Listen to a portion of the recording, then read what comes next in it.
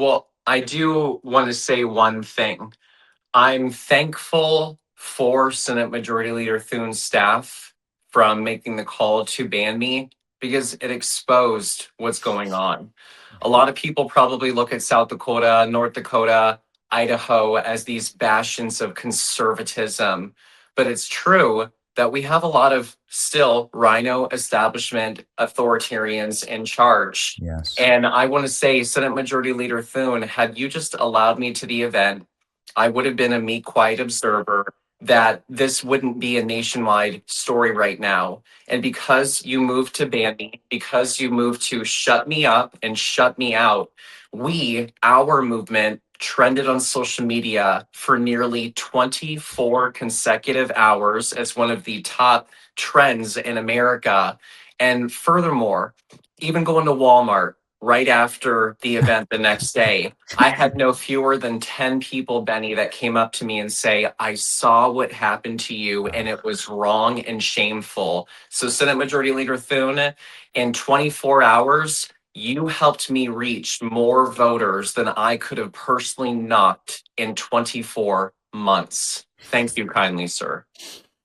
Uh, how dumb are these people? Because if you know just even the smallest amount of PR and image curation, if John Thune had just been staffed correctly, let's say I was working for John Thune and we were in this scenario and I wanted to make it go away, I would have had him sit down with you. Yes. Why not just take a photo? It doesn't need to be recorded. Maybe like say, hey, can we turn all the phones off? Off the record. Yes. Off the record. And have a staffer just snap a photo of John Thune and Scott Presler talking politely together. He's on your level. He sits down next to you and you guys just chat about the Save America Act. He explains where he's at. You explain where you're at. And like that does more for John Thune's image than any press release, than any $100 million ad buy, right? Like that immediately fixes and it builds a bridge and it fixes something that's like this big wound for the base. But instead, I see him palling around. Like I saw him at the UFC 250, having a grand old time partying at the White House, like I said, a meeting with Scott Presler. It really is an insult, truly, to the base, and it's so mismanaged and so dumb. And they did go on social media and lie about you. And I can't stand that. I can't stand that when they lie and attack the base. John Cornyn did this to us a few years back, where he like savagely attacked us. And so that's just loser mentality, man. What would you have told him if he had done that? Let's say he'd been smart enough to do that. What would you have told him? Here is my message.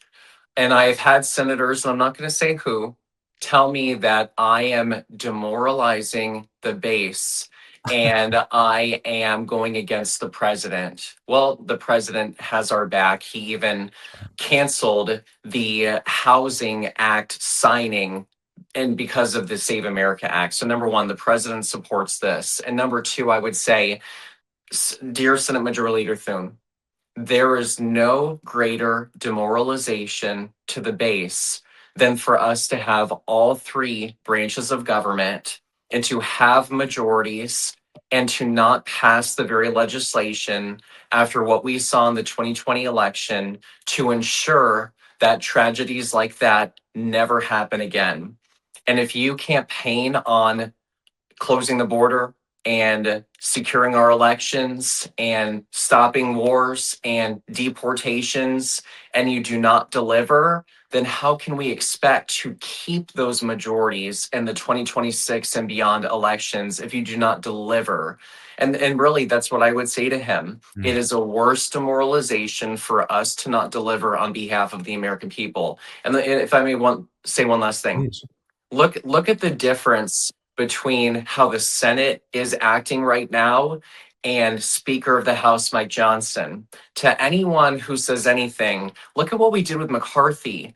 We replaced McCarthy and we got an upgrade. Speaker Mike Johnson, for whatever people will say about him, he's about to pass the Save America Act for the fourth time with one of the most narrow majorities in American history in the House. And yet he's able to coalesce Scott Perry and Mike Lawler all in the same spectrum and get that broad, diverse House coalition together on bills. And if the House can do it, then I have no doubt that the Senate can do it. And it shows the difference in leadership styles. And I hope that our Senate, with the few remaining months that we have, because they're about to go on vacation again, Benny. They have pretty much the month of August off.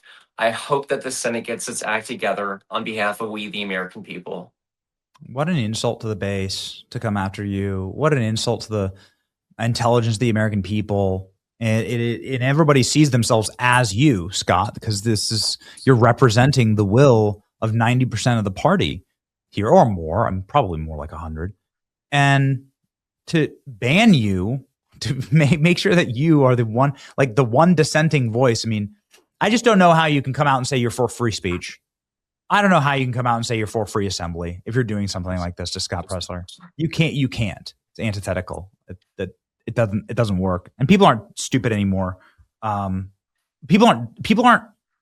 People don't believe the press releases. Like I saw everything they were saying about you, and these people, the John Thune staffers, were getting dragged and ratioed for their lies.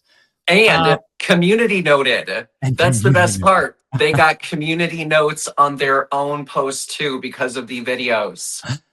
Really quickly, Scott, because we have Tina Peters coming up next, and I'm like really excited to talk with her. Both of you are just like patriot fighters for free elections. What is the way to get this passed in the remaining months that we have? Because nobody knows what's going to happen in 26. Thank you. What is the way to get this passed? A couple different ways. Some people are advocating for it to be attached to Budget Reconciliation 3.0. That's perhaps one pass.